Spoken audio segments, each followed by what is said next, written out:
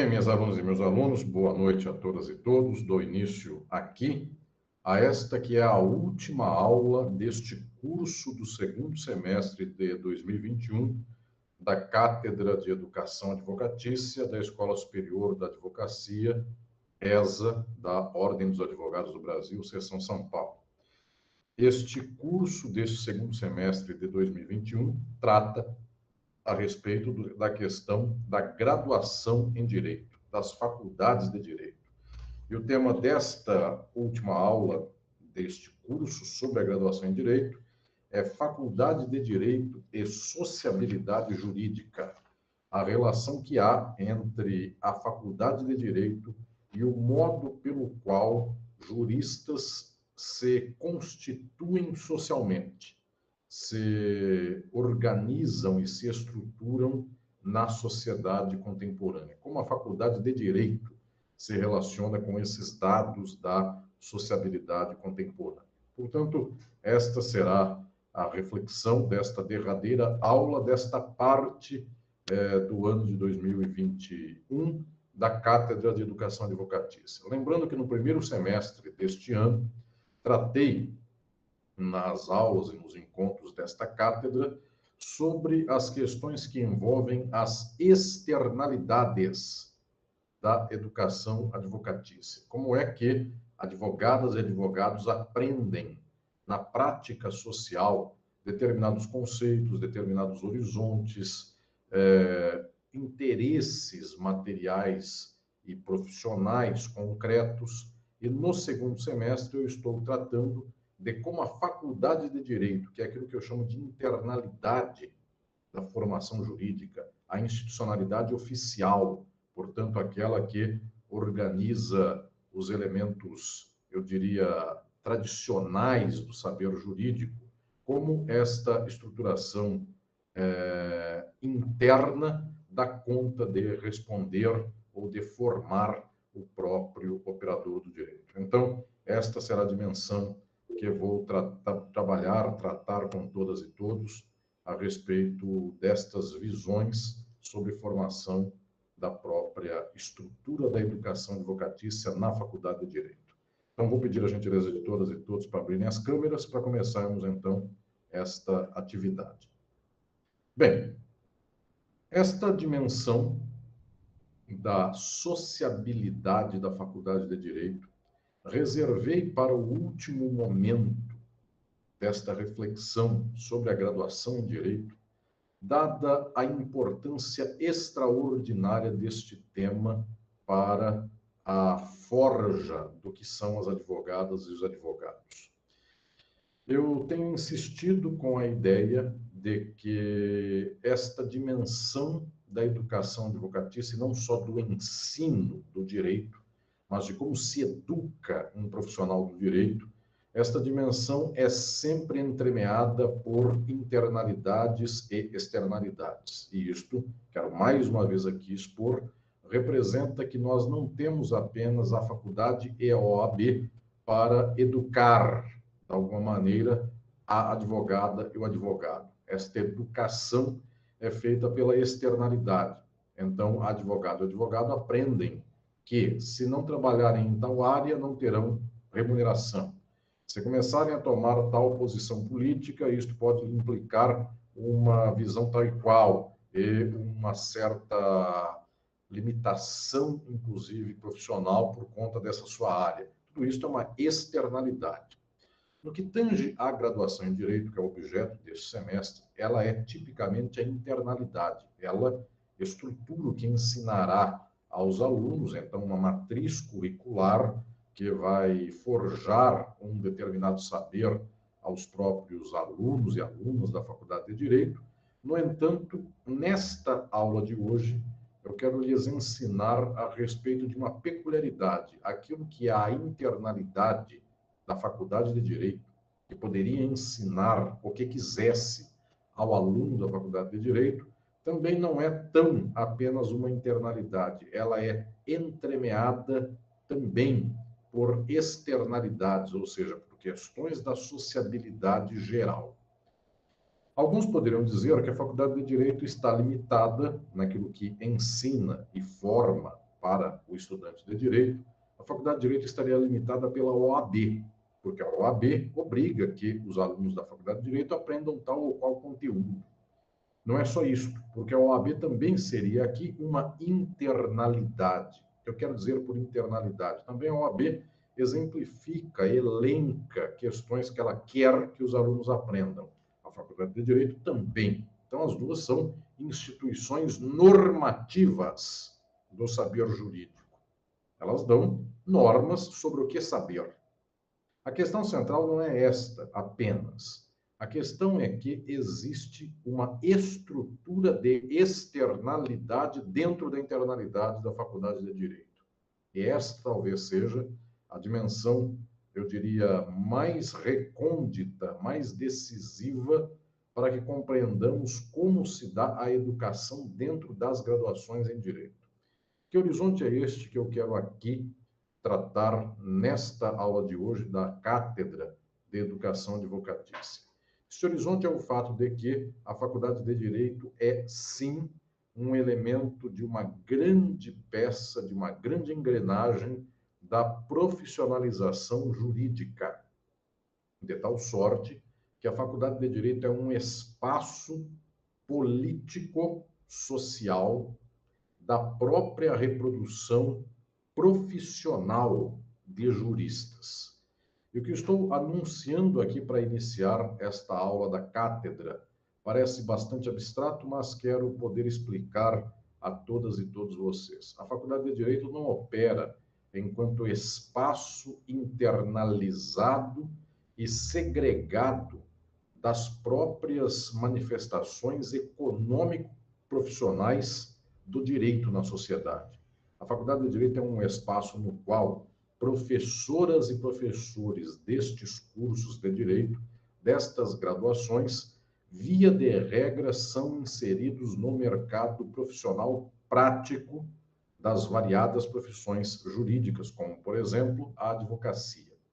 E se assim não é, a Faculdade de Direito não é isolada, não é uma internalidade total em face da externalidade profissional ou social.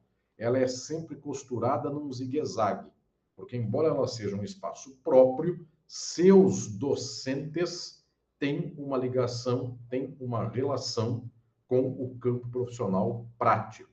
Então, com isto, o que temos é, frequentemente, nas faculdades de Direito, uma posição docente relativamente distinta daquela posição que é de outras graduações. Eu poderia dizer aqui, às senhoras e aos senhores, que graduações de ciências humanas, ou mesmo muitas das ciências exatas, muitas das ciências biológicas, a docente e o docente, a pesquisadora e o pesquisador desses cursos, têm por profissão fundamental esta na qual lecionam.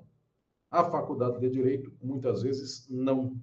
A professora e o professor da Faculdade de Direito, eles têm uma carreira profissional outra, além desta, da condição do magistério jurídico. E então, seu interesse, olhem que estou anunciando aqui nesta aula da cátedra, sua sociabilidade enquanto docente não se constrói apenas na condição docente.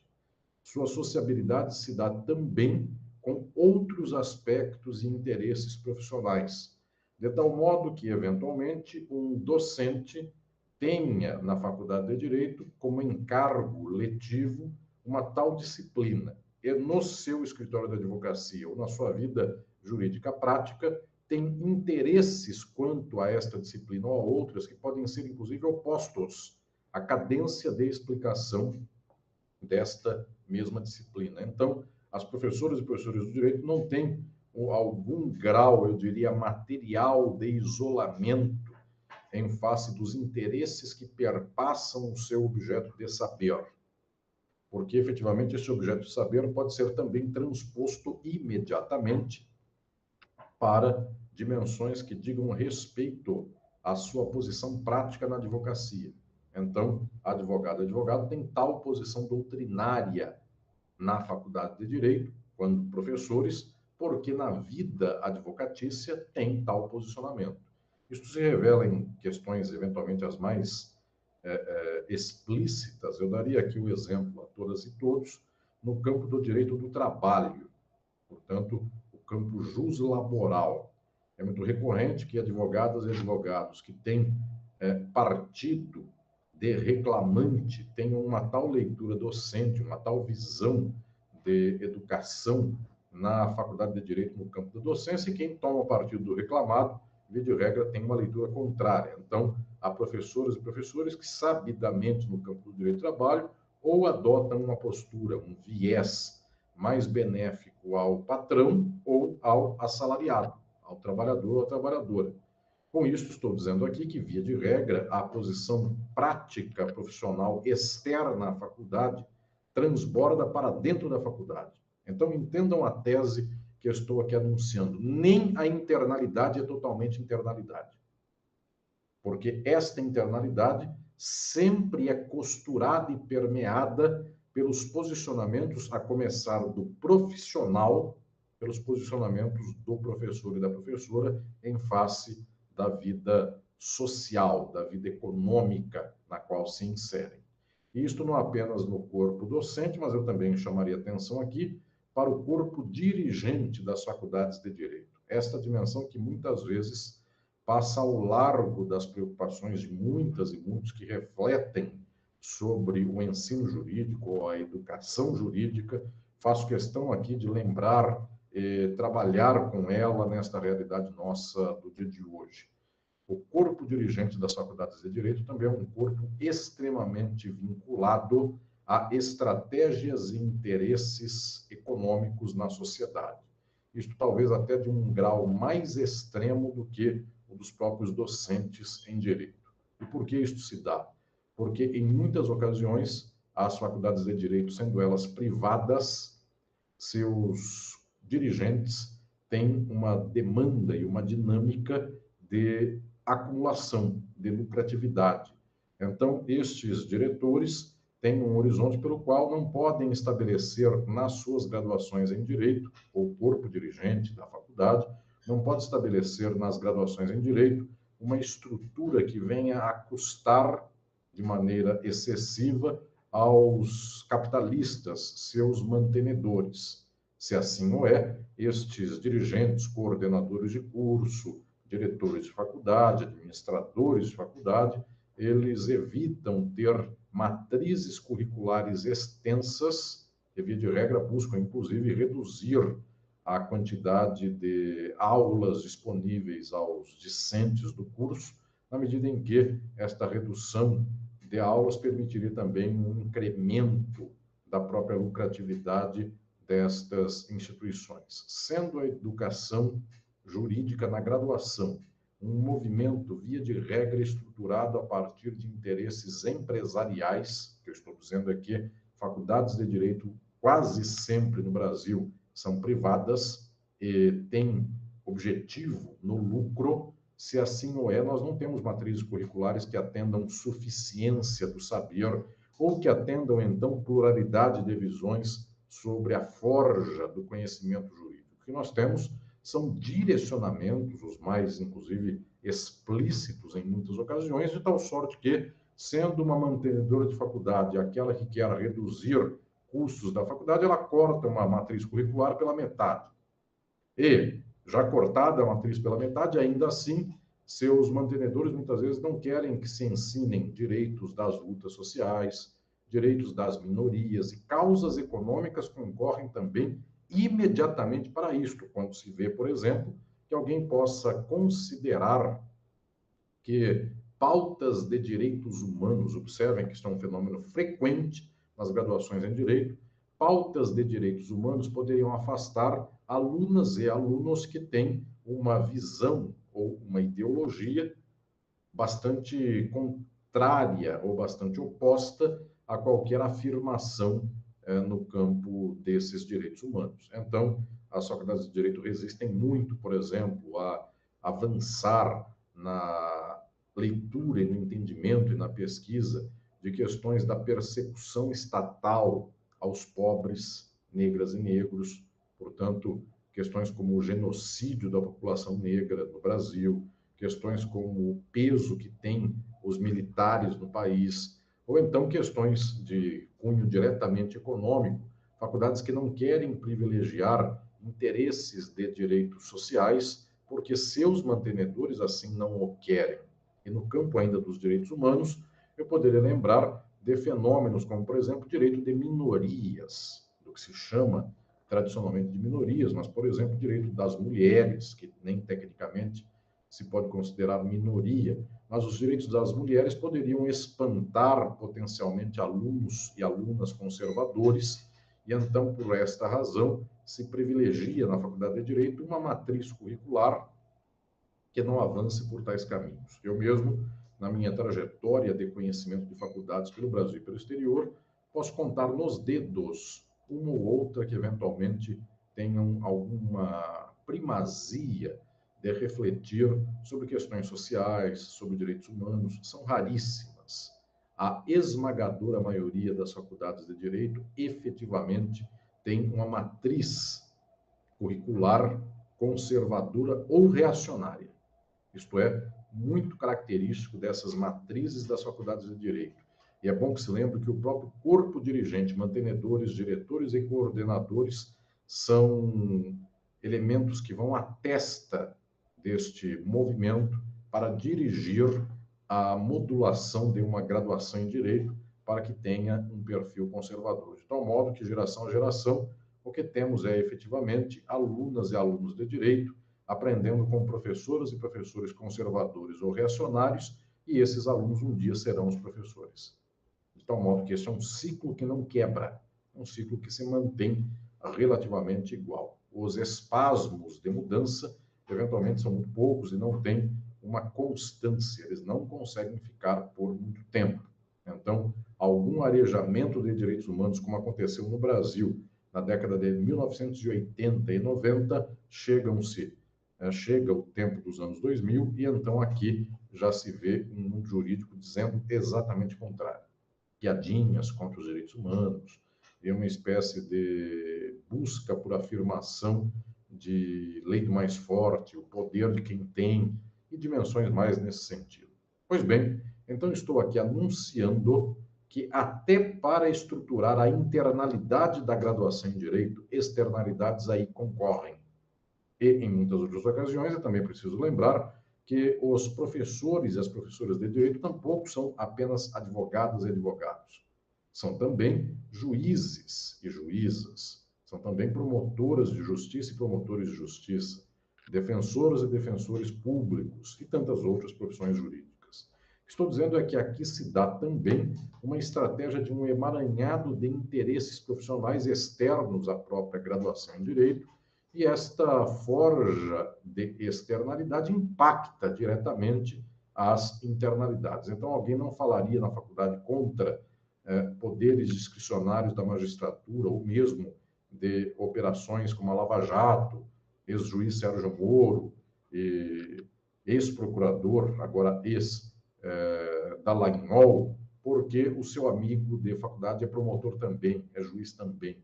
Então, observem que esta dimensão não dá para a universidade, e aqui no caso para a Faculdade de Direito, uma espécie de liberdade de cátedra tamanha que somente pelo interesse intelectual um professor ou uma professora exerçam seu pontificado intelectual. Muito pelo contrário, esta dimensão é perpassada por interesses econômicos os mais variados, não só do professor e da professora, mas também dos mantenedores das instituições. E então não se pode dizer que estas faculdades se construam de tal modo ou outro porque assim quiseram. Qual é o corolário imediato, qual a implicação imediata desta minha anunciação de que a internalidade da graduação tem total conexão com as externalidades sociais, eu diria diretamente aquelas econômicas, aquelas da remuneração, aquelas da empregabilidade. O resultado disso, senhoras e senhores, alunas e alunos, é o impacto decisivo, eu diria que é um impacto estruturante, no que se chama de conhecimento jurídico a ser ensinado por uma faculdade de direito. Virtualmente, até pouquíssimo tempo atrás, havia muitas faculdades de direito que não ensinavam direito do trabalho, sob a desculpa que não era importante. Um conhecimento, portanto, que não tem grande ênfase ou grande valor. Então, com isso se fazia aqui uma justificativa ideológica muito fácil. Alguns direitos são mais importantes que outros, ou alguns nem são ensinados. Faculdades de direito ainda hoje reiteradamente escolhem no campo daquilo que consideram uma perfumaria jurídica, a expressão não é minha, ela é recorrente, inclusive, ela muitas vezes se anuncia. Faculdades de direito aqui, elas escolhem que disciplinas dão dessas que são chamadas perfumarias para que os alunos aprendam algumas e não a maioria delas. De tal modo que não é toda a graduação em direito que ensina direito ambiental. Ainda que elas possam, de alguma maneira, ensinar direitos humanos, isso se faz, de algum modo, muitas vezes similar ao direito constitucional. Direitos humanos é apenas uma ordem de argumentação juspositivista do direito constitucional. Portanto, garantias fundamentais da Constituição e não um pensamento crítico sobre os direitos humanos. E esta estruturação de matrizes curriculares, senhoras e senhores, ela é decisiva para forjar a educação de advogadas e advogados, ou então das e dos demais profissionais do direito. É decisivo o que estou aqui dizendo. Quando uma faculdade de direito tem prevalência de direito privado contra direitos sociais, isto já revela que o impacto do que é direito na cabeça de um futuro profissional do direito é um impacto tamanho que ele será constituído a imaginar que o direito civil é a base, é o coração da própria juridicidade.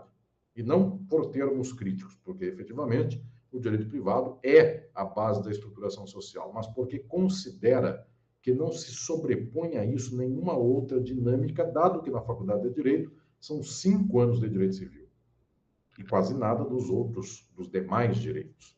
Então, 5 anos de direito civil e 1 de direito do trabalho já dá dinâmica aqui de educar as e os estudantes de direito para saberem o que é mais importante, dado que imaginarão essas pessoas que o mais importante também é o mais frequente. Se frequentemente as pessoas falam de direito privado, provavelmente o direito privado é mais importante do que demais áreas. Tanto assim que, para o campo do direito público, o direito penal é tão decisivo dentro do direito público que, basicamente, há aquelas e aqueles que, toda vez que tratam de direito público, nem lembram que o direito penal é direito público.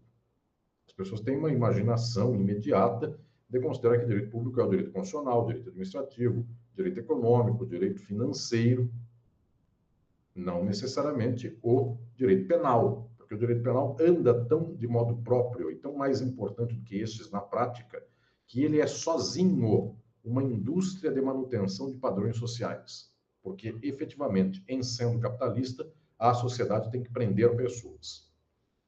E se não prende, mata, que é o caso do Brasil, que então executa do modo que quer, o Estado brasileiro, muitas ocasiões, executa como quer pessoas e ainda argumenta que a maioria delas tinha passagem policial. Eu estou dizendo aqui, e tenho que constar, porque daqui a pouco perde-se a referência do que estou falando, estou hoje numa terça-feira dando esta aula que encerra esta parte da minha cátedra, mas tenho que lembrar que há pouco tempo, menos de uma semana, tivemos uma chacina horrenda no Rio de Janeiro, e a argumentação foi a seguinte: a maior parte dos chacinados executados sumariamente tinha passagem pela polícia. Portanto, observem aqui que isto é a tragédia de um modo pleno, porque esta maioria que tinha passagem pela polícia, ela não devia ter sido morta. Inclusive porque a estruturação jurídica não é morte para quem tenha passagem policial, segundo a expressão banal. E, portanto, aqui já revela o dimensionamento da prática jurídica. E 2, alguns também nem passagem tinham e, portanto, não há nenhuma justificativa, nem mesmo na hipocrisia de quem defenda a lei e a ordem contra bandidos, para quem não tinha passagens pela polícia, nos termos do que essas mesmas pessoas dizem, também não há justificativa nenhuma para uma execução como tal. Estou aqui dizendo que tratar desses termos não é tão fácil, e tão gratuito e tão banal nas graduações em direito, porque, volto a falar aqui, há interesses econômicos, há interesses de sociabilidade, alguém é amigo de alguém, este alguém que detém poder, seja o poder estatal, ou seja mesmo o poder do dinheiro, não quer escutar de alguém que este alguém tem posição em favor do direito dos trabalhadores e das trabalhadoras. Portanto, a dimensão aqui, ela tem balizas de externalidade, eu diria, muito decisivas. Pois bem, estou contando que há esta dimensão muito coercitiva da própria prática profissional de quem são as docentes e os docentes das faculdades de direito. Outras profissões não têm essa possibilidade. Alguém que seja professor de filosofia, ele só tem esse emprego.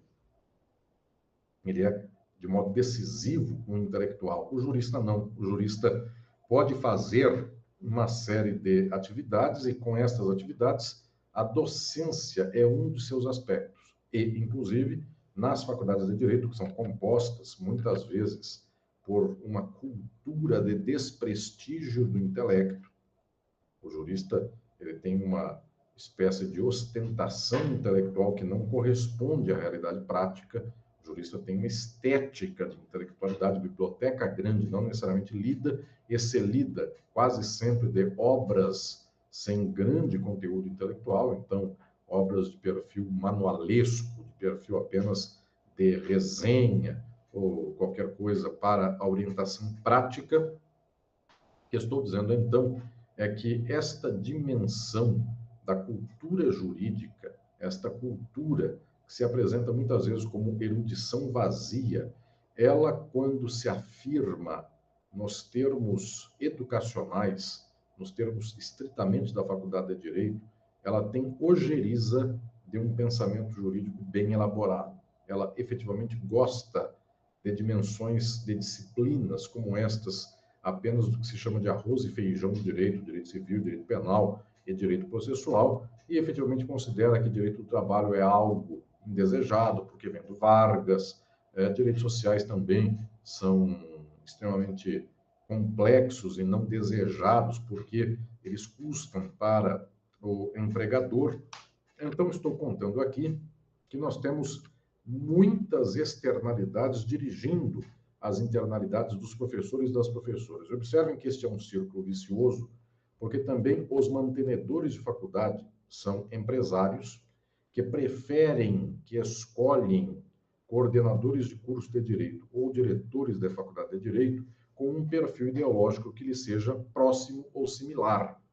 Então, via de regra, sendo os mantenedores de faculdades de direito pessoas que têm um horizonte de manutenção da ordem da exploração capitalista, também fazem com que seus diretores assim sejam escolhidos, recrutados entre elementos que venham defender o capital do capitalista. De tal sorte que esses diretores contratam professoras e professores conforme também o seu interesse. E então, aqui se percebe a quantidade avassaladora de docentes de inclinação conservadora ou reacionária dentro das graduações em direito, porque isso aqui é uma reação em cadeia. O coordenador de curso e o diretor são, via de regra, conservadores, porque a mantenedora é conservadora, ou até reacionária. Então, eles escolhem professores deste perfil. Em assim escolhendo, agora entendam, a Faculdade de Direito quase sempre é uma amálgama das mesmas posições ideológicas. Ela não rompe, ela não tem espaços distintos de compreensão intelectual, porque, basicamente, ela funciona para apregoar a ideologia do capital. Então, o aluno e a aluna de Direito, quando entram na Faculdade de Direito, eles já sabem que, em algum momento, eles sentem isso, seus professores desmerecem o direito do trabalho. Ah, não é certo, não é correto, é um direito de advogados e advogados de menos técnica do que o direito civil. Muitas vezes essas barbaridades são por aí ditas, são anunciadas, e observem que tudo isso atende a interesses ideológicos.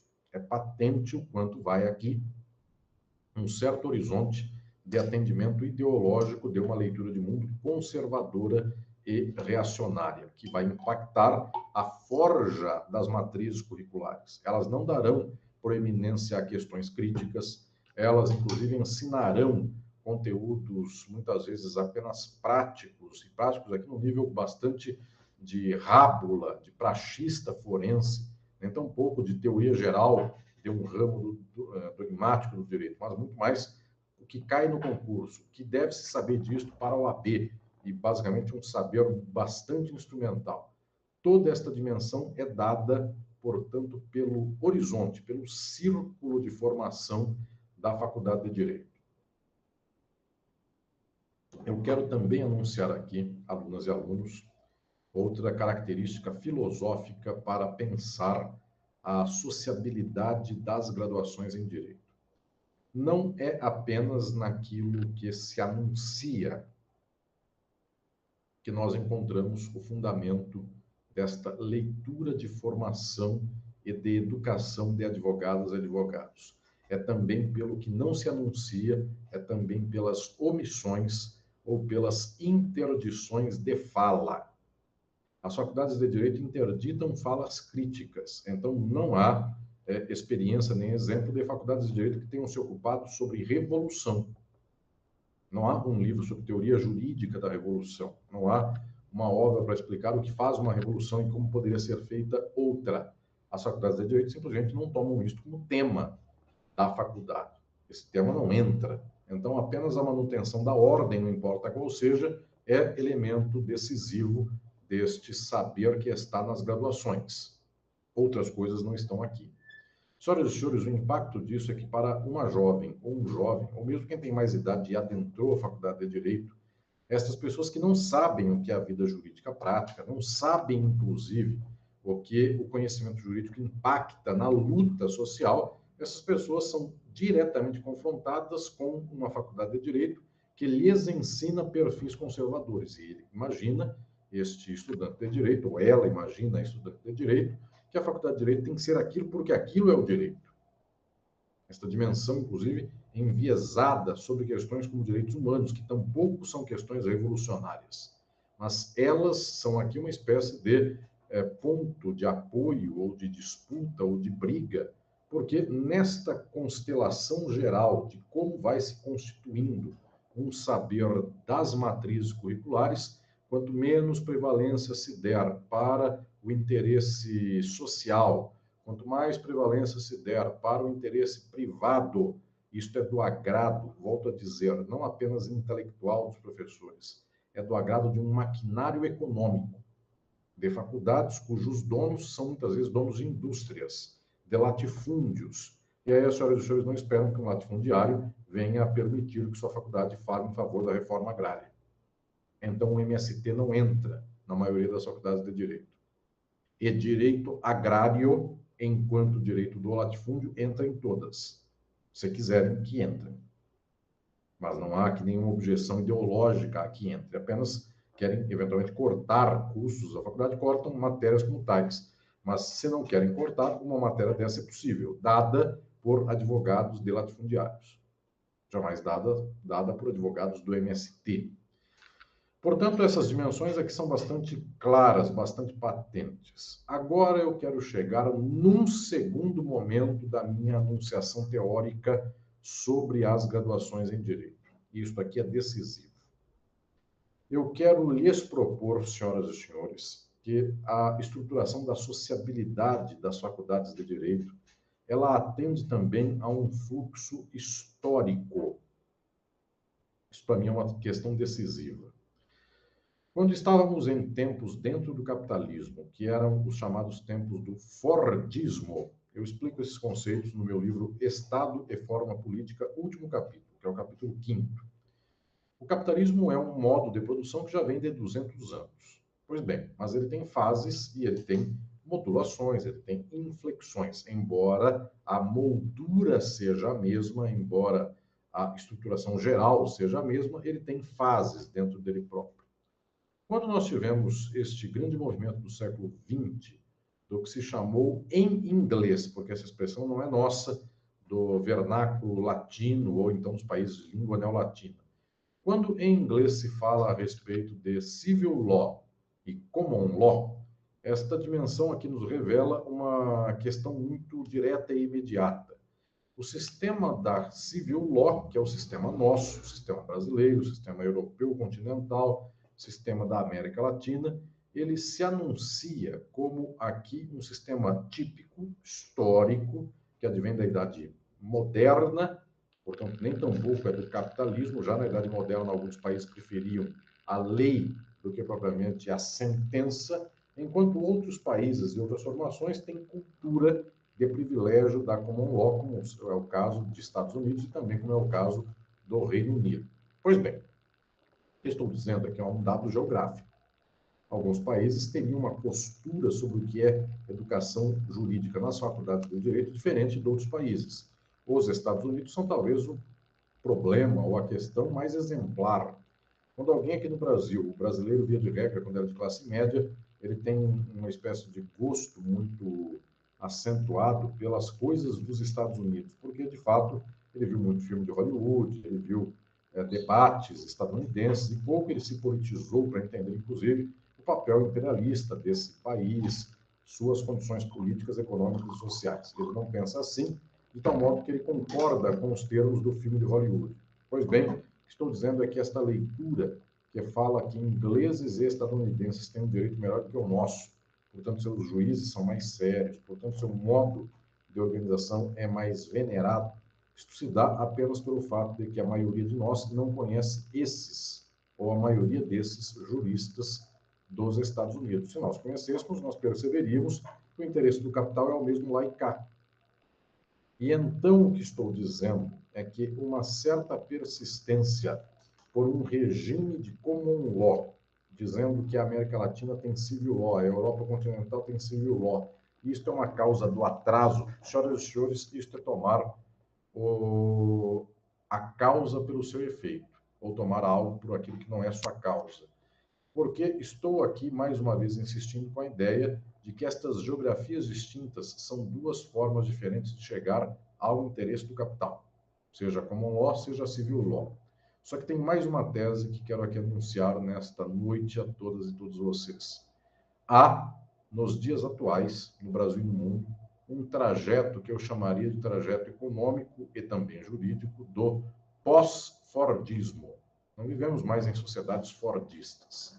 Se não estamos mais em sociedades fordistas que têm uma produção industrial da riqueza no sentido de planejamento prévio, no sentido de jogar milhares de pessoas dentro de uma fábrica, esta fábrica não seria pensada em termos de mudança a cada momento, mas seria uma fábrica sólida. Isso seria o Fordismo. Esta dimensão ela é ultrapassada quando nós chegamos a uma outra estratégia de acumulação capitalista, que é o que se chama de pós-Fordismo. Pois bem, quero anunciar às senhoras e aos senhores que a civil law, que é o caso do nosso direito do Brasil, que é um direito da lei, direito legislado, conforme o direito romano, inclusive em boa parte, não tudo, do direito romano, mas esta posição da civil law em países como o Brasil e tantos outros mais, hoje é desprestigiada em face da common law, porque a common law tem relação direta com a estrutura econômica do pós-fordismo.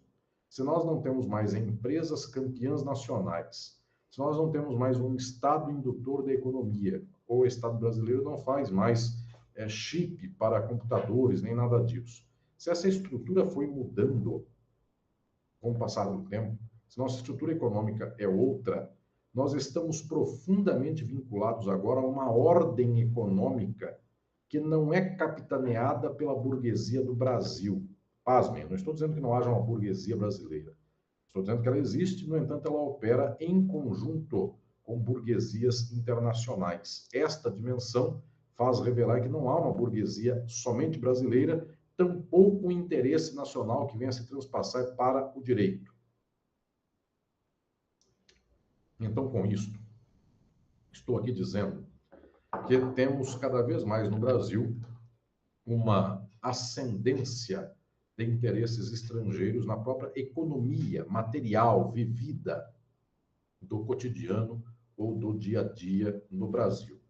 Se assim se dá, pasmem, há uma cultura que cada vez tem ficado mais decisiva, maior, no sentido de fazer com que as faculdades de direito do Brasil privilegiem a common law estadunidense em face da civil law brasileira e europeia continental.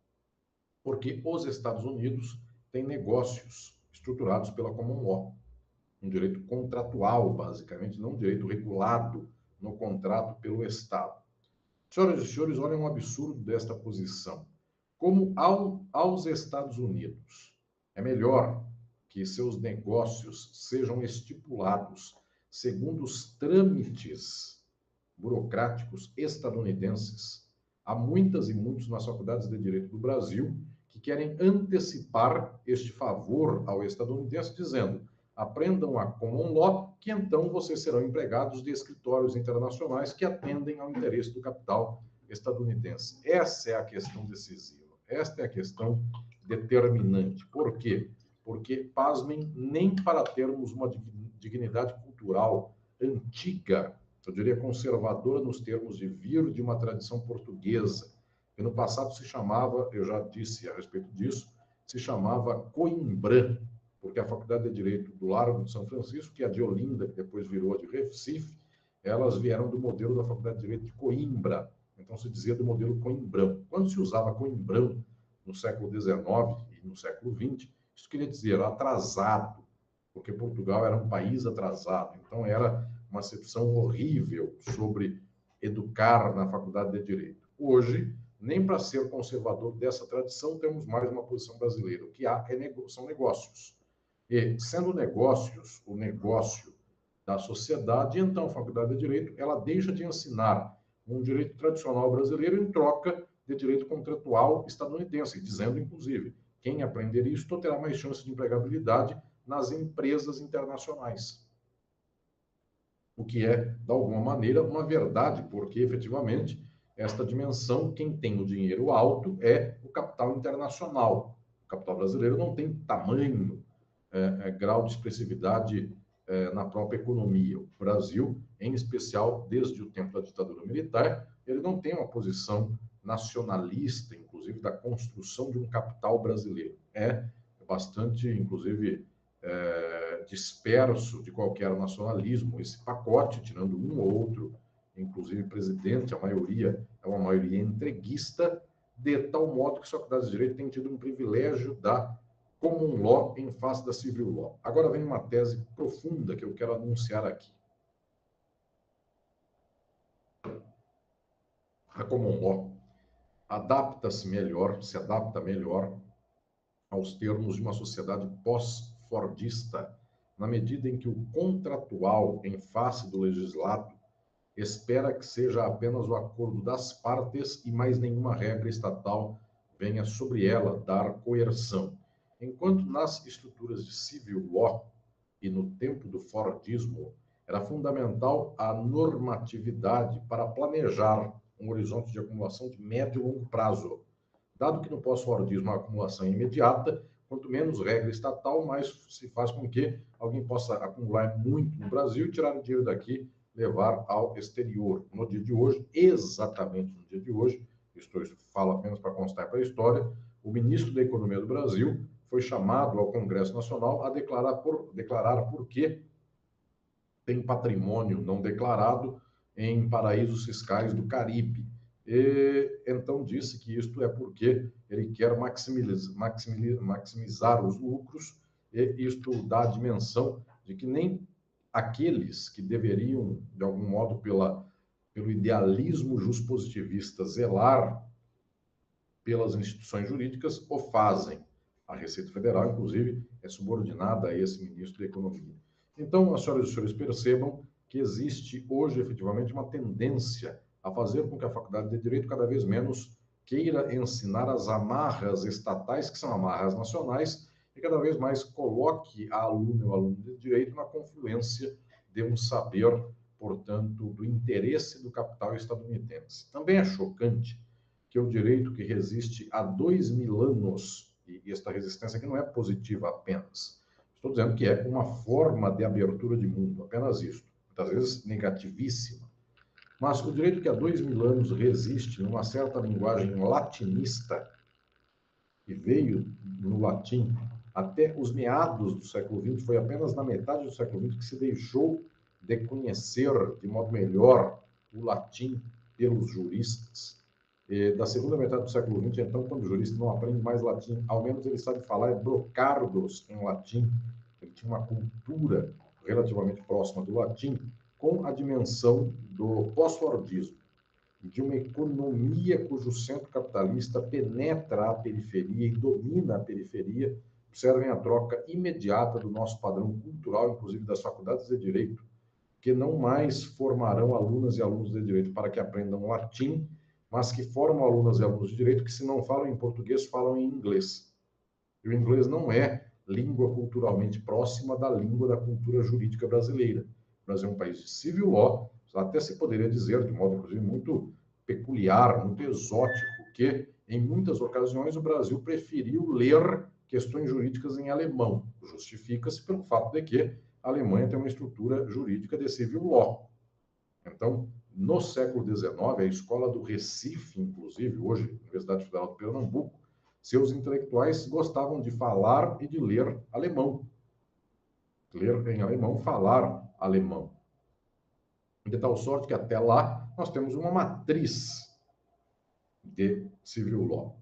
Ou França, quantas e quantos não construíram suas leituras jurídicas de modelos franceses? Ou então o direito italiano, também muito recorrente entre nós no Brasil. Observem que é uma novidade termos uma cultura anglófona, porque esta cultura originalmente não é nossa no direito.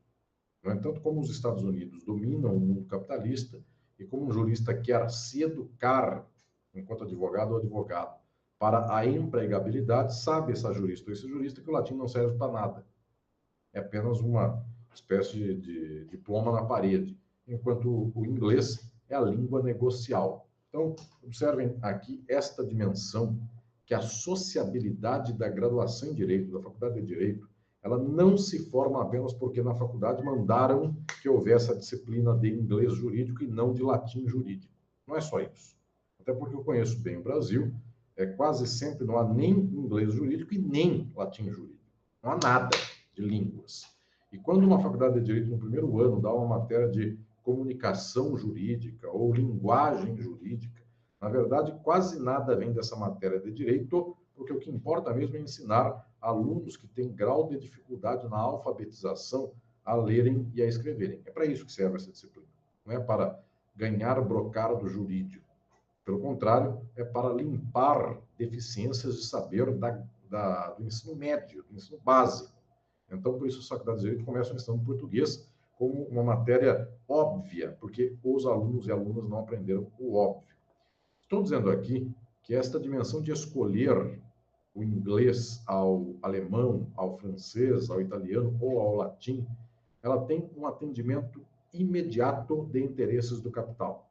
É o capital que permeia o mundo, o capital quer que seja em inglês a estruturação jurídica do mundo, e nós perdemos o padrão coimbrão em troca de tentar ser uma espécie de emulação da faculdade comunitária do meio-oeste estadunidense, mas com a expectativa de que o aluno, sabendo falar bem inglês e se comunicar em inglês, este aluno, então, poderia estar habilitado a ser empregado em escritórios de advocacia que tenham por clientes empresas estadunidenses. Observem aonde chega o nível da sociabilidade na Faculdade de Direito. Chega a ponto de nós não termos mais fala de brocardos em latim, que, via de regra, eram os brocardos do direito romano. Nós já não temos mais isso. Conta-me um querido amigo da área de Direito Penal, meu colega também, professor da Faculdade de Direito do Largo São Francisco da USP, conta-me que anos atrás um aluno do segundo ano da USP leu, por voz alta, inclusive, o Instituto do Direito Penal, no meio da sala de aula, e leu habeas corpus, porque isso seria habeas corpus, e pela primeira vez ele viu a expressão, estava em itálico, não era português, ele teve certeza que era inglês. Então, em sendo inglês, é habeas corpus. Ou seja, nós perdemos a cultura latinista em troca de outra que seja efetivamente negocial. Eu não faço o louvor do latim apenas pelo latim, porque o latim é uma língua de dominação de sociedades escravistas e feudais e que se mantiveram por muito tempo nessa dimensão. Não é um louvor ao latim apenas, mas é a constatação de que não há uma cultura jurídica autônoma, porque quando acaba o latim, vem o inglês nem serve para erudição, serve apenas para poder conversar com o cliente em Nova York. Essa é a dimensão prática e imediata. O jurista abandona uma erudição pela eficiência. Eu tenho falado várias vezes nas minhas aulas da cátedra que o jurista troca esta empáfia, esta arrogância de uma fala vazia por negócios. Então, ele não precisa sequer falar, ele pode falar qualquer coisa, uma coisa banal, desde que feche negócios. Isso aqui, efetivamente, é um padrão novo da própria educação advocatícia. Então, senhoras e senhores, eu estou dizendo que este arco da estruturação da educação advocatícia atenta a muitos fatores. Ela tem por eixo uma ordem muito grande de elementos. Esta dimensão aqui deságua, agora eu quero tratar não só da questão da estruturação da matriz curricular ou dos professores de direito, agora eu quero desaguar, não só professores e coordenadores, diretores, mantenedores, eu quero desaguar nos alunos e alunas da Faculdade de Direito. Porque esses alunos também têm participação ativa para que queiram saber apenas o que tem interesse profissional ou econômico de lucratividade. Então, a dimensão imediata é um pleito de alunas e alunos. Tanto os professores querem ensinar o que dá apenas profissionalização, ou lucro, ou dinheiro, quanto os alunos também só querem aprender isto via de regra. Então, é uma minoria aquela de alunas e alunos que desejariam um certo conhecimento para poder ter uma dimensão total a respeito da sociedade. Os alunos demandam coisas que caiam na prova, caiam na OAB, caiam no concurso, e tudo que não cai nesses concursos é tomado como sendo uma matéria inútil. Então, há efetivamente aqui uma espécie de louvação do funcionalismo. Só serve o que tem efetivamente algo a cumprir para a lucratividade. Eu diria que, cada vez mais, inclusive, os próprios alunos têm uma espécie de pacote do que desejam, e esse pacote tem quase sempre uma aproximação muito grande com aquilo que está nos concursos, e, portanto, a Faculdade de Direito, pasmem a tragédia, eu já me referi a ela em aulas deste ano, embora não deste semestre, quando falei da formação continuada de advogadas e advogados, da educação continuada. Eu disse por lá dos cursinhos de direito. Agora, pasmem, senhoras e senhores, não é que a Faculdade de Direito direciona os cursinhos. Dá-se exatamente o oposto. O cursinho direciona a Faculdade de Direito. Um jurista de 50 anos atrás no Brasil, no estilo coimbrão, o estilo tradicional de jurista, era um homem de retórica sofisticadíssima e, via de regra, também incompreendido pelos alunos, porque falava numa linguagem difícil. Retórica, aqui neste caso, não quer dizer uma fala acessível. Pode ser, inclusive, uma fala pernóstica, para que ninguém entendesse. Mas era uma fala com um grau de recursos retóricos bastante pronunciado. Pois bem, que é um professor de direito hoje? Eu diria, então, que 40 anos atrás, um professor de cursinho, em face de um professor de faculdade de direito, ele era zombado, porque era alguém inculto, alguém que apenas ensinava para as pessoas pegadinhas, ou então táticas para passar em concursos, enquanto o professor de faculdade de direito ensinava doutrina, ensinava as matrizes do conhecimento daquela área do saber. Portanto, postulava que em meia aula apenas do curso, mas postulava um saber, eu diria, teórico mais amplo. E o professor de cursinho chegava e contava piada, eventualmente fazia rima para questões jurídicas, enfim, era tido por um modo bastante zombado, pasmem, alunas e alunos. É de tal modo decisivo o arcabouço do interesse da profissionalização, do interesse do lucro dentro da graduação em Direito, que o cursinho, que só interessa a questões como passar em provas para se habilitar a empregos públicos, esta dimensão dos cursinhos, que é uma dimensão muito prática, de muito desaguar imediato, os cursinhos passaram a ser o padrão para os docentes das graduações em Direito. Então, hoje, o que nós temos não é um professor de cursinho tentando imitar a erudição, ainda que vazia, de um professor de Direito. É o professor de Direito tentando ser, dentro da Faculdade de Direito, o equivalente ao professor de cursinho. Então, dando dicas, então, de alguma maneira, comprando emocionalmente vínculo com os alunos, dizendo que eu vou ensinar agora, cai na prova, Olha que eu acho que isso aqui vai cair na prova do concurso do mês que vem. Observem quantas dimensões há aqui que trazem uma configuração para a docência na Faculdade de Direito a partir de interesses imediatos de cursinhos, de tal modo que alguém perguntaria, este conhecimento de primeiro ano de faculdade cairá na OAB? Se o professor diz não, então o aluno não quer estudar, porque ele quer estudar o que cai na OAB ou cai no concurso. Então, observem que eu também estou dizendo que o estudante de Direito e a estudante de Direito, eles não são peças neutras nesse processo. Não é que viciado é quem... Não é que viciado seja quem é velho. Viciado é quem já tem anos de carga de experiência profissional jurídica. Viciada é a estrutura do capitalismo que leva alguém a fazer o direito numa expectativa remuneratória, lucrativa, profissional. Se ele já vai ao direito com a expectativa remuneratória, dentro da faculdade de direito, ele quer aprender e quer ser ensinado sobre o que lhe carreia o interesse da própria profissionalização ou o interesse econômico. O que dá dinheiro ele quer saber. Só que isso aqui não foi a faculdade que perverteu uma espécie de consciência ideal da estudante de direito ou do estudante de direito. Pelo contrário, essa é a estrutura do capitalismo. Então, ainda que a faculdade fizesse um contraponto com direitos humanos, direitos sociais, ou crítica do direito, para falar de um nível mais alto ainda de reflexão, ainda que fizesse esse contraponto, a prática econômica faz do estudante de direito alguém interessado em um conhecimento, em um saber que tenha funcionalidade prática mercantil. Então, prezados e prezados, o que estou dizendo é que existe uma espécie de circuito pleno do interesse capitalista dentro das faculdades de direito. Os mantenedores assim o querem, os professores querem isso também. Os alunos, não é que eles se sentem enganados porque só aprenderam as dimensões do interesse do capital, é o que eles querem também. Então, observem uma coisa chocante que vou aqui anunciar. Até mesmo alguns professores e ideias críticos são os alunos que não querem. São eles que desejam outra dimensão. Então, existem questões como tal matéria não serve para nada, tal outra aula é apenas para ficar falando de coisas que não tem sentido nenhum. Então, observem que essa construção inteirinha se dá numa estruturação do capital. E também existe um fenômeno nas faculdades de Direito que agora se dá pela tecnologia em EAD, educação à distância. Então, assuntos de menos importância, estas pessoas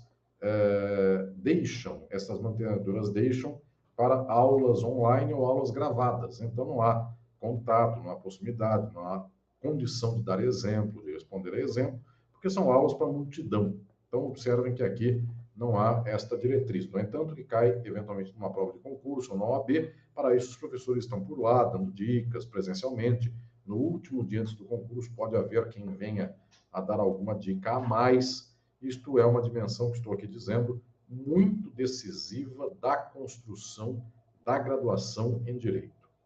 Agora eu quero descer mais um ponto ainda na graduação em Direito e dizer que existe um espaço tradicional, não reiterado, mas tradicional, de abertura de horizontes críticos e políticos na Faculdade de Direito. Não é da mantenedora, vocês conseguem me entender, a mantenedora não tem essa leitura.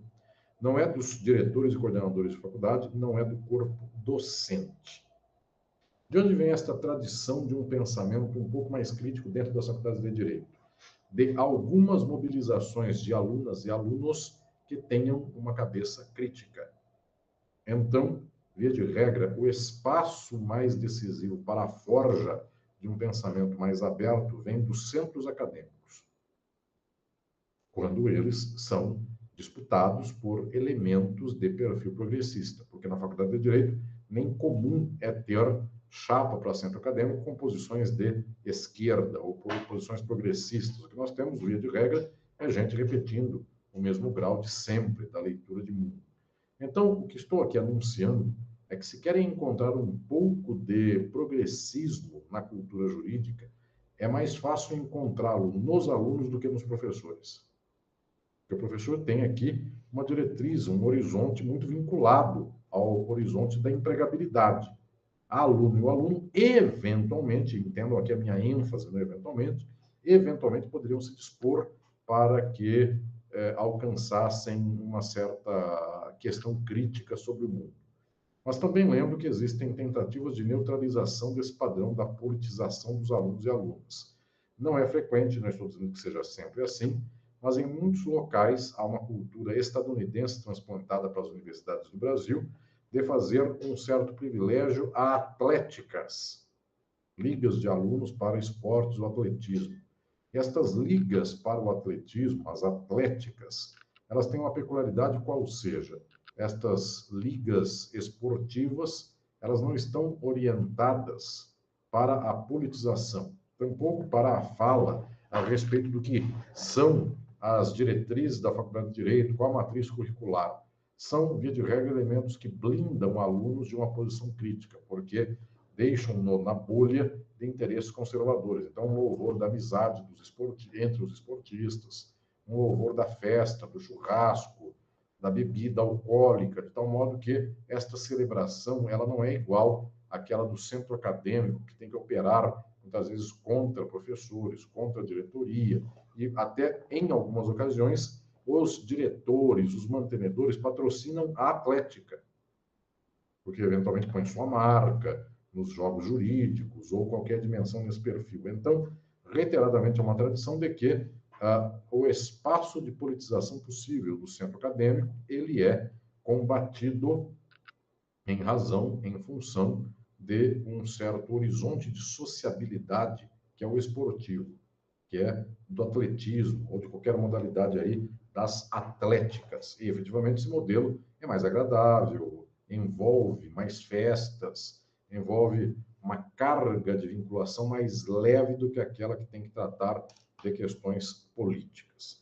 Por isso, senhoras e senhores, embora eu reconheça um grau de diapasão contrário nas graduações em direito, nos discentes de direito, e não nos docentes. Eu tenho esperança mais no discente do que no docente, no mantenedor.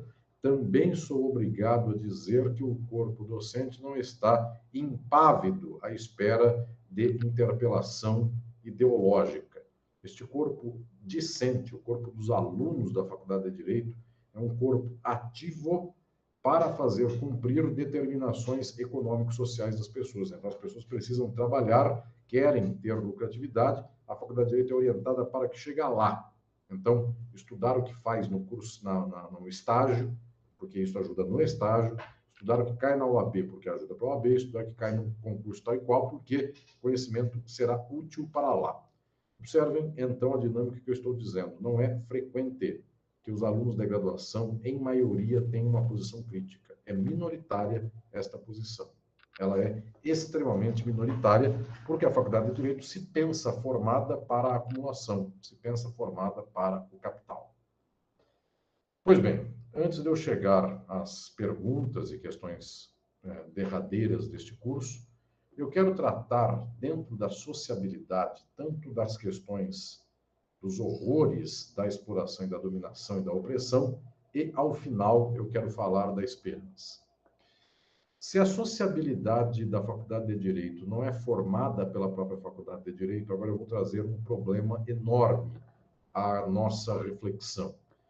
Se dá aqui a estruturação da graduação em Direito, não só pela escolha dos diretores e mantenedores da instituição, mas se dá um atravessamento econômico do capital em face da Faculdade de Direito, eu não tenho ilusão de que haja uma espécie de iluminismo do corpo dirigente da educação advocatícia ou da educação jurídica, iluminismo que poderia fazer com que nós transformássemos as condições do corpo discente. Nós temos muito, pelo contrário, uma condição de clamor discente pelo mesmo clamor do corpo docente e das mantenedoras. Então, eu diria que é um bloco só, não há fissura fundamental. Sempre alguém lembrará, às vezes tem alguns alunos e algumas alunas de matriz progressista, não suficientemente para fazer com que em cada instituição houvesse um clamor da maioria por estudar questões sociais, as revoluções, por estudar economia política, por estudar filosofia, por estudar ciência política. Muito pelo contrário, professores não dão, mantenedores não querem pagar para isso, e alunos também não querem essas disciplinas. Então, é um circuito fechado, não saímos daqui. Esta dimensão é dada. Eu tenho que jogar um balde de água fria, na esperança de que a educação transforme o mundo, porque eu tenho falado isto curso inteiro. A educação advocatícia não transforma nada, mantém a ordem social posta. Só isso. Isso é educar advocaticiamente ou educar juridicamente. É educar para manter juridicamente a ordem. Isso aqui não é uma imposição de docentes contra discentes, é pedido de discente para docente. Aqui vai uma tragédia enorme. E eu conheci alguns casos de faculdades em que eu montei, que eu instalei, que fui diretor delas, eu conheci casos de corpo docente progressista e alunos reacionários, que não gostavam do que o professor dizia, porque não batia com a revista dominical que ele lia, da qual não preciso nem dizer o nome. Bem, então, aqui vai esta percepção de que há dificuldades neste caminho. E agora eu quero falar da sociabilidade em outro nível. Existe uma sociabilidade de alunos e professores numa certa cumplicidade de estamento jurídico, de classe, em muitas das ocasiões, e de toda a ordem que eu posso dizer aqui de domínios sociais opressivos, como machismo, patriarcalismo, racismo, homofobia, xenofobia. Então, o que estou aqui dizendo é que existe uma sociabilidade entre alunas e alunos de direito que promove, inclusive, um certo saber homofóbico, machista, racista, porque formam-se grupos, formam-se elementos que vão aqui se encontrando. E esses elementos têm, muitas vezes, uma ordem comum de pensamento. Então, também é frequente que alunos de direito de matriz mais reacionária escrevam uma coisa na prova, porque o professor assim quer, só que ele mesmo diz: eu sou aquele que pensa o contrário, eu sou contra direitos humanos porque quero que todo bandido morra. Só que ele não pode escrever isso na prova, ele não pode escrever isso no trabalho. Então, observem, onde estamos nesse nível, a nossa sociabilidade é permeada por preconceitos. Então, as pessoas contam piada na faculdade de Direito. A piada do aluno e do professor tem um impacto extraordinário na vida de quem sofreu esta mesma fala. Então, observem aqui, prezados e prezadas, nós temos uma sociabilidade que constrói o preconceito, constrói também as condições da diferença econômica de classe. Isso aqui é uma tragédia. Estou colocando a dificuldade enorme das faculdades de direito. Quero, no entanto, antes de passar para a fase de perguntas, quero, no entanto, dizer aqui a todas e todos palavras de esperança. Essas palavras não passam pela graduação em direito, de modo algum. Não passam pelo que se ensina na graduação em Direito também. Eu estou aqui concluindo esta etapa das graduações em Direito, das faculdades de Direito. Eu não tenho nenhuma ilusão quanto à faculdade de Direito. Tampouco tenho ilusão quanto a juristas que se formam na faculdade. Já tenho uma certa experiência para ver que, muitas vezes, posições de mundo progressistas na faculdade de Direito são levadas ao oposto no prazo de 5 anos. A pessoa teve um filho, precisa pagar contas, não dá mais para politizar tudo, agora é preciso aceitar um contrato e viver nos termos do contrato.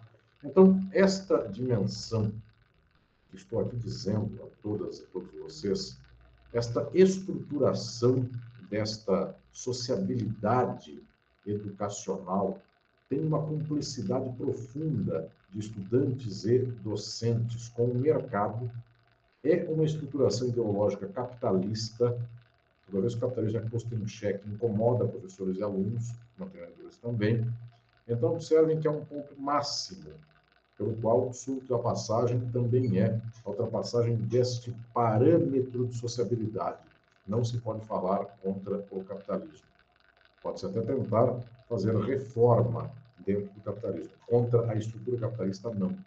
Então, as faculdades de Direito não começam ensinando o que é o modo de produção capitalista e o que é o direito do modo de produção capitalista.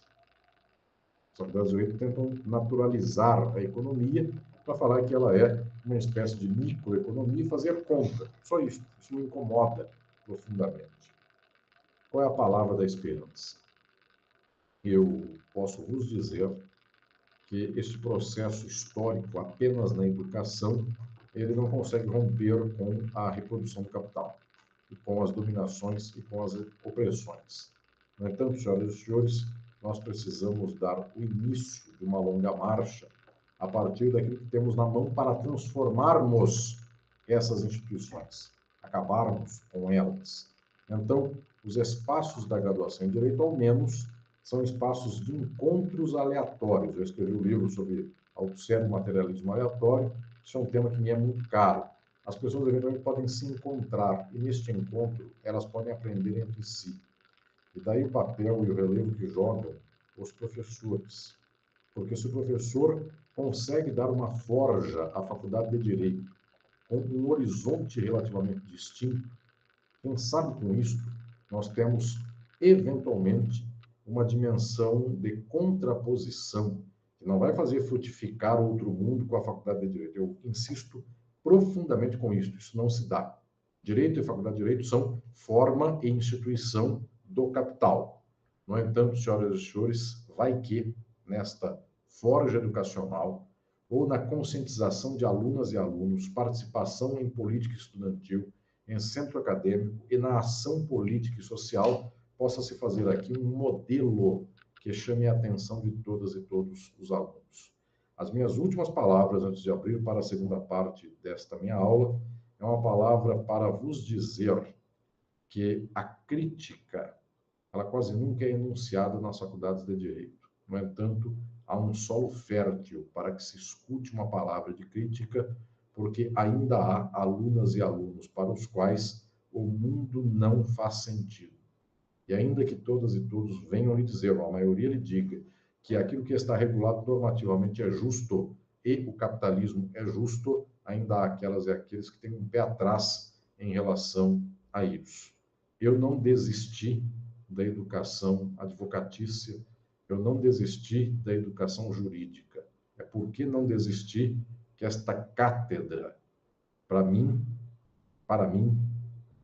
pelos meus caminhos, pela minha condução, ela é um elemento de muita esperança. Eu ainda tenho uma esperança muito grande de que a advocacia e sua educação possam não romper com o sistema, porque a advocacia é do sistema, mas possam gerar atrito, e tanto quanto dizia o velho Heráclito, filósofo da Grécia Antiga, de muito apreço por todos e todos que são lutadores das causas da transformação do mundo, para poder fazer a bela melodia, primeiro é preciso que haja um conflito, o atrito do arco e da lira.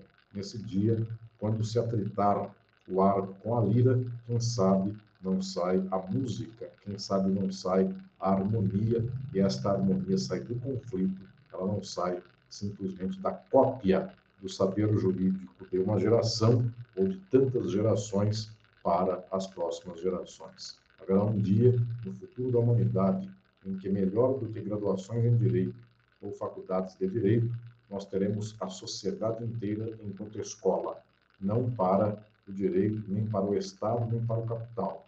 Uma escola de uma sociabilidade outra que seja transformada. Obrigado a todas e todos.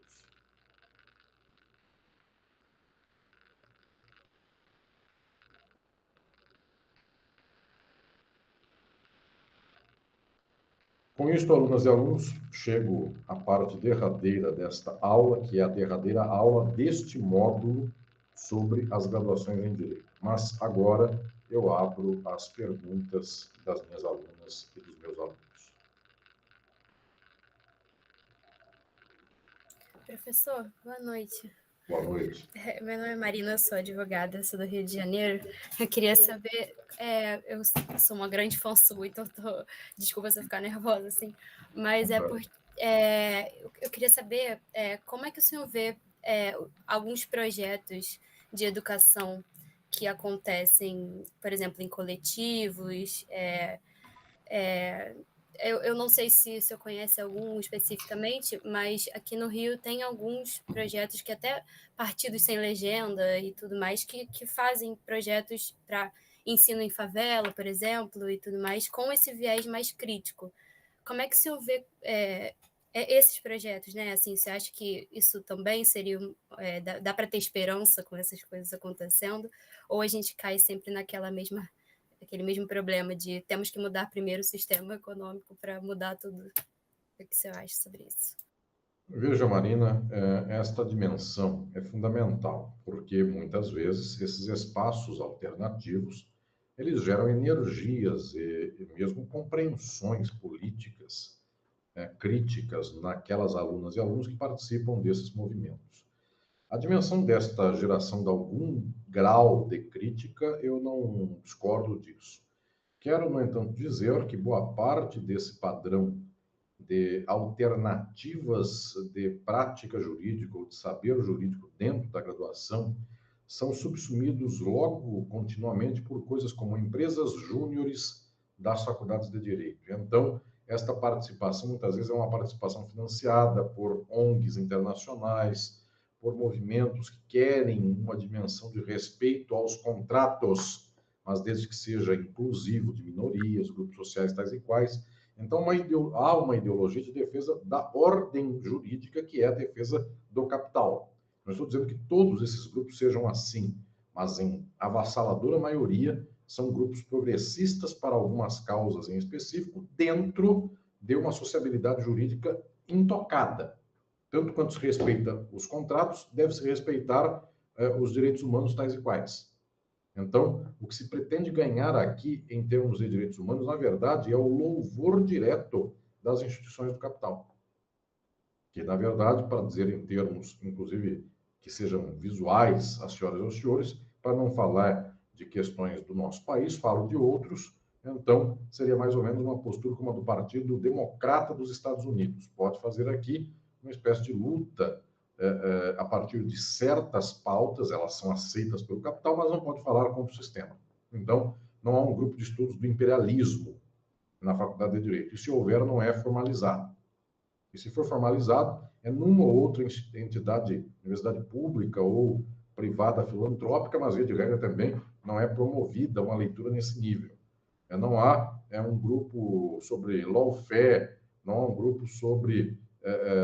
se houver também, é uma leitura liberal. Então, o que estou dizendo é que há dimensões efetivamente muito difíceis de serem trabalhadas nessa dinâmica, mas há espaços de luta. Eu diria que, inclusive, quando alunas e alunos se abeiram de movimentos sociais, se abeiram de movimentos transformadores e mesmo de lutas revolucionárias, esses alunos e alunas tendem a ganhar uma experiência política bastante grande. Mas eu tenho que confessar aqui que da experiência do que temos no Brasil e no mundo, isso é virtualmente nulo.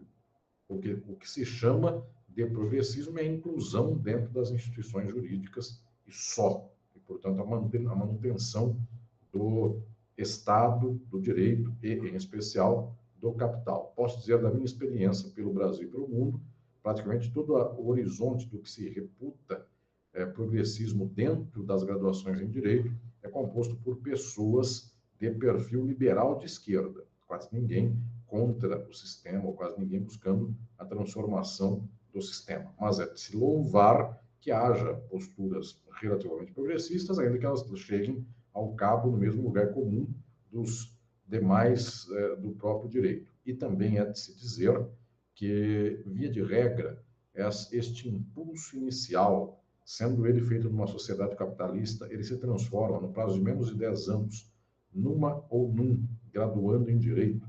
Se houver constância, se transforma num nicho econômico de mercado. Então, o progressismo, se for mantido, porque muitas vezes ele não é, a Faculdade de Direito gera uma certa movimentação política na aluna e no aluno, pós-faculdade ele se emprega em tal lugar e, por lá, nunca mais volta ao tema que trabalhou. Se perseverou, se teve constância, se perenizou por alguns anos o tema com o qual trabalhou, ele está inserido numa sociabilidade capitalista, de tal modo que esse tema tem que gerar para ele uma certa forma remuneratória. Então, esse tema passa a ser o emprego dele. E aí, ele precisa fazer dinheiro com essa questão. Então, muitas lutas, inclusive, de grupos sociais, de movimentos sociais, de minorias, passa a ser uma luta da qual se depende para a vida profissional de muita gente, porque o capitalismo ou faz com que esta ação política seja profissionalizada em termos remuneratórios, ou então ela não vai ser trabalhada continuamente por aquela pessoa, ela vai trabalhar em outra profissão que lhe pague, mais do que efetivamente algo que seja aqui simplesmente minha vontade de transformar o mundo. Ok, Marina? Sim, obrigada, viu, Muito professor? bem, obrigado. Ana Gonçalves.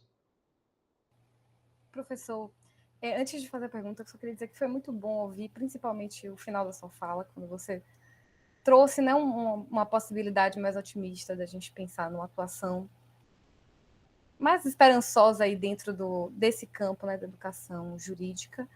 E eu tenho uma questão, construo um movimento estudantil tanto no curso de História quanto no curso de Direito.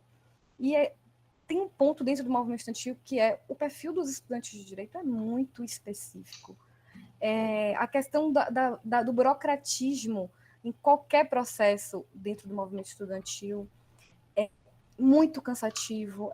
A questão do carguismo, quando a gente consegue organizar pessoas, essas pessoas muitas vezes estão pensando num networking, numa possibilidade de entrar numa determinada instituição que tenha uma perspectiva mais progressista, mas estão muito faltando o olhar para a ideia do cargo. Isso no curso de Direito é peculiar com relação a qualquer outro curso, que eu acompanho outros cursos, e especificamente o de História. E a questão do romantismo também, da transformação no campo do direito, que é muito difícil fazer a crítica do próprio direito, não no conteúdo, mas como forma. Quando as pessoas entram no movimento estudantil com uma perspectiva progressista, romantizando a sua própria atuação no campo do direito. E isso acontece tanto no movimento estudantil mais pragmático, como na academia também, né? Colocar como se o direito fosse um instrumento por excelência de transformação da sociedade e se ver como uma grande atuação jurídica, a melhor possibilidade de atuação social. Mas a minha pergunta não tem nada a ver com isso. Eu queria entender se, dentro aí desse campo da tática, da estratégia, né, da reforma, você falou sobre o common law e o civil law. Eu queria saber, professor, se para você, uma opinião, seria melhor se o Brasil aderisse no campo da reforma ao common law. Obrigado, Ana. Minha proposta sempre foi no sentido de fazer com que houvesse uma carga crítica sobre o saber do direito que permitisse, inclusive, a sociedade transformar, suplantar a condição jurídica, a condição estatal, que é a condição do modo de produção. Eu penso que enquanto nós não tivermos por horizonte a transformação do modo de produção capitalista, nossa dimensão jurídica, ela simplesmente estrutura a reprodução do capital. Então, civil law e common law são dois modelos de manutenção do capital, e não há diferença nenhuma entre ambos, a não ser que a common law facilita para o capital estadunidense, e a civil law é uma posição tradicional do capital europeu, continental ou brasileiro. Então, apenas por esta questão, é simplesmente dizer que o Brasil tem uma estrutura jurídica tradicional, dos Estados Unidos tem outra, e facilitar para trocar a nossa pela dos Estados Unidos equivale a trocar a língua portuguesa pelo inglês para facilitar a nossa comunicação com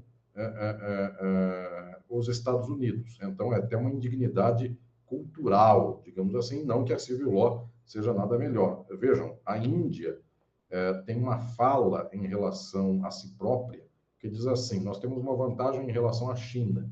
Qual seria a vantagem? A China tem no mandarim a sua língua base e ninguém no mundo, fora os chineses, fala mandarim, ou é difícil de aprender. O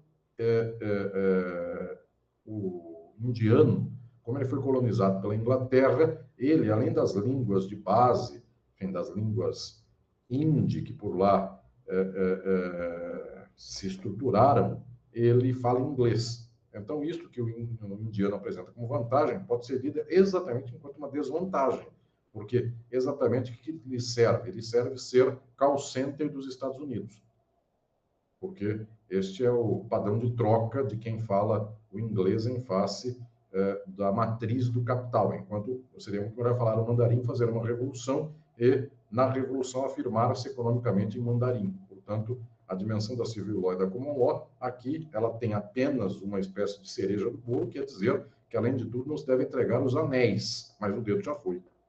Porque onde houver o predomínio do capital, por lá haverá o mando jurídico para o mundo inteiro. Então, seria apenas uma espécie de entrega não total, para ver se com isso também a dignidade que já não há nessa estrutura, se sobra ainda pelo menos uma dignidade estética. Só isso, no final das contas. Mas efetivamente, enquanto não tivermos um horizonte transformador, nossa educação advocatícia será sempre para quem tiver mais dinheiro. Até o dia em que, sendo o chinês que tiver mais dinheiro, então começarão as faculdades de direito a trabalhar em mandarim. Então, ou seja, é uma indignidade do saber que apenas tem por horizonte o capital, não importa de onde venha, e por causa disso será sempre serva do capital e serva de quem lhe pagar. Ok, Ana? Muito bem. Matheus. Boa noite, professor. Boa noite, colegas. Eu vim aqui hoje, primeira vez que eu venho. Matheus, eu não escuto, eu escuto muito baixo. Um segundo.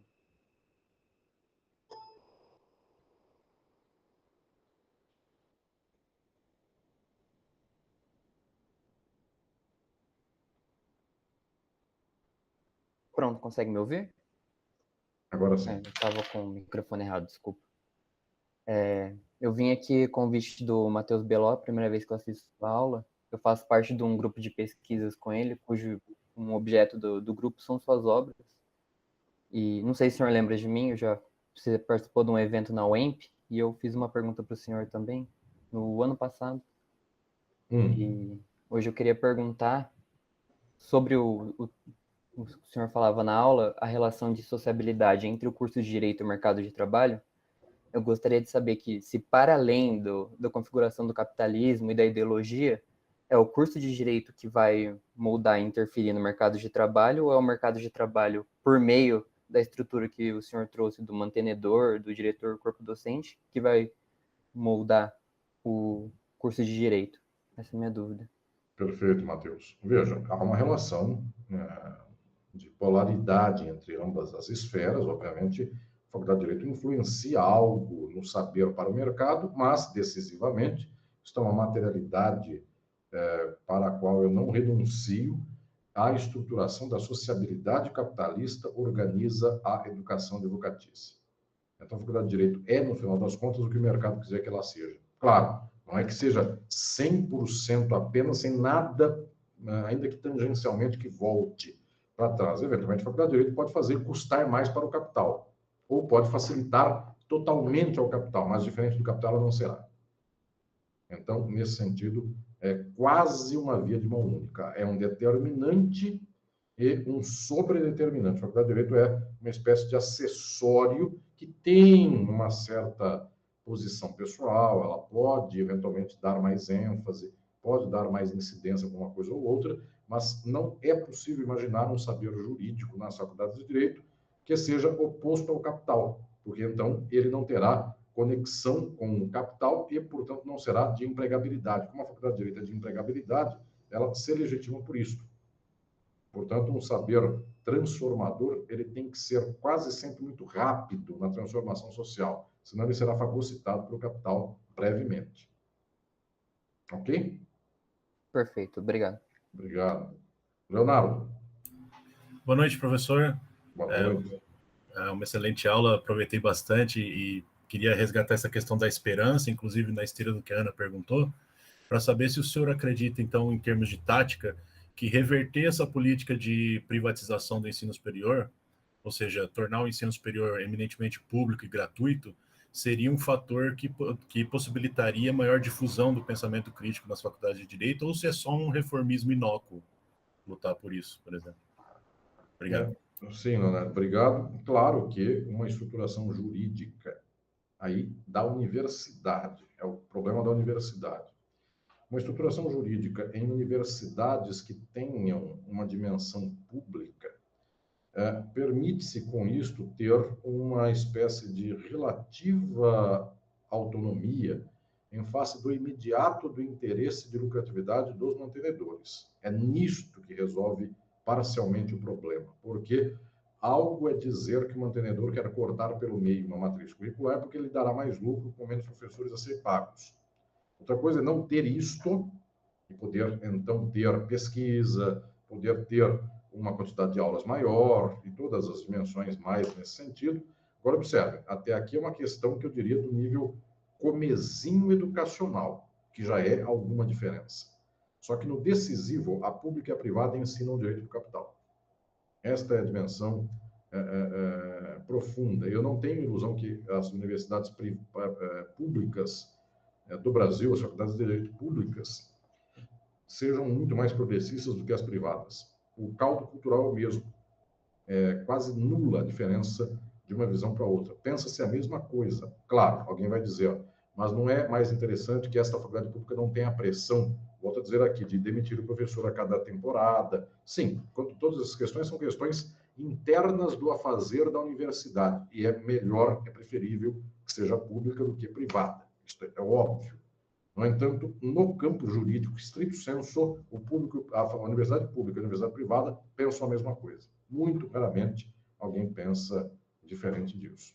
Então, há um pedaço aí a ser ganho, digo isto com muita ênfase, há um pedaço de luta a ser ganho na manutenção de um ensino de universidade pública, da expansão da universidade pública. Quanto a isso, nós não devemos perder o horizonte dessa luta. Essa luta, inclusive, é uma luta mais imediata e ela deve ser, efetivamente, encampada por todas e todos nós, mas não com a ilusão de que a universidade pública vai nos fazer elementos de pensamento crítico transformador. Não tenham esta fantasia que a extrema-direita muitas vezes tem, de que a universidade, por ser pública, ela já é comunista. Muito pelo contrário, a universidade, por ser pública, ela contrata professor por concurso, é só.